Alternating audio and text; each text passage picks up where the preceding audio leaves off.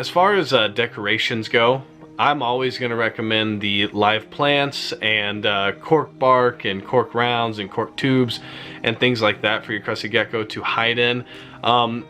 You can also do the fake jungle vines. Those work really good. The Exoterra forest branches, those work really good too. So those are all really good decor options in my opinion. Fake plant wise, you can use any fake plant you want, right? So that's a good option too if you want to do that. And even if you want to do a mixture of fake plants and live plants, that's okay. Why not? If you feel like you need more foliage, offer more foliage.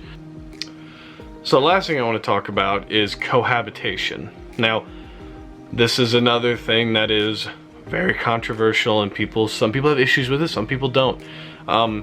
Disclaimer, I cohabitate my geckos, so I'm not going to be a hypocrite and tell you not to, but I'll tell you things that you need to do. So, males cannot live together. Don't let males live together, they will kill each other, eventually. So, you're either going to be having a bunch of fighting geckos constantly, or you're going to have a dead gecko. And it will eventually lead to death. So, males cannot live together. Females can live together. Understand that you're going to have to provide a lot more food. And you're going to have to provide multiple food dishes or really fill up one food dish, because reptiles are resource driven, right? So if we provide the correct amount of resources, they can live together, okay? But if we slip up, they will start attacking each other. So this is something that if you're going to get into keeping multiple geckos in one tank, you need to understand that you have to be on top of it. You have to watch your geckos. You need to weigh your geckos fairly often to make sure that they're not losing a lot of weight. And then what you also need to have is you need to have tanks on backup just in case something happens, and then now you are responsible for taking care of that gecko in another tank. So some geckos can live together fine, some can't. With that said, more often than not, they're going to be able to live together. I have never had any issues. I've never had any sudden weight loss or anything like that.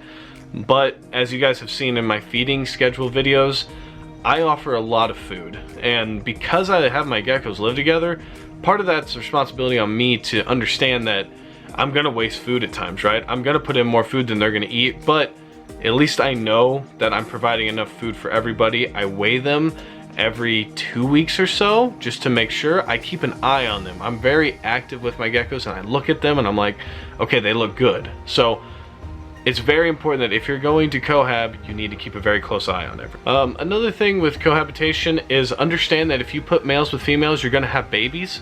So be prepared for that. And babies are a lot of work. The biggest thing is if you go out to an expo, please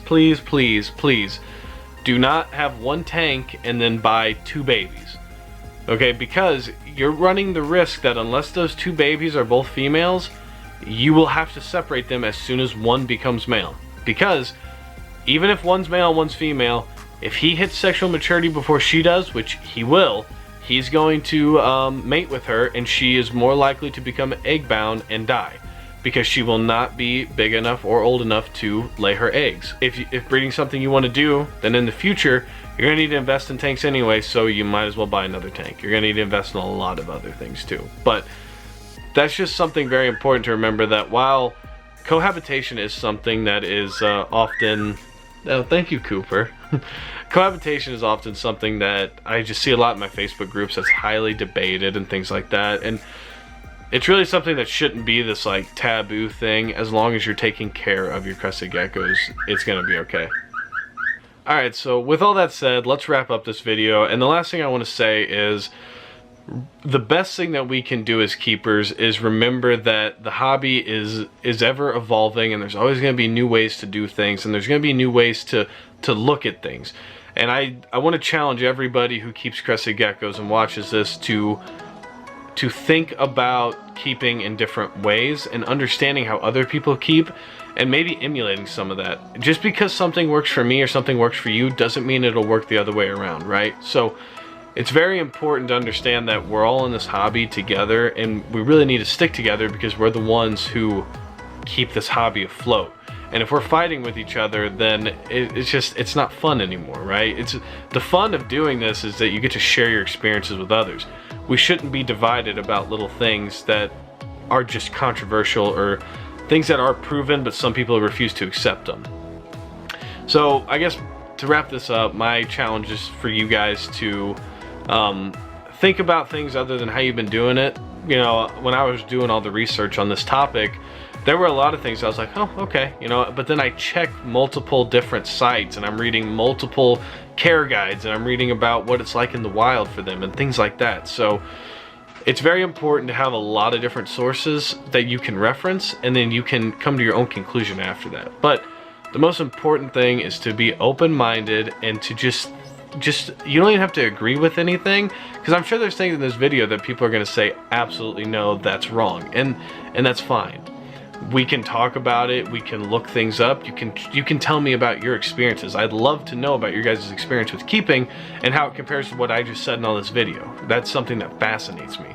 So I think it's good to have conversations. I don't think it's good to be angry with one another or just be straight up nasty with each other, because we're the ones in the hobby together. This is our thing.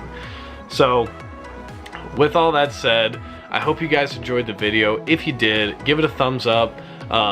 Leave a comment. I love talking to you guys, so leave a comment. Let's talk about crested geckos. And then go ahead and hit that subscribe button. We're always putting out content like this and a lot of fun other things that we have on this channel. So until then, stay safe and stay positive, and I'll catch you guys on the next one.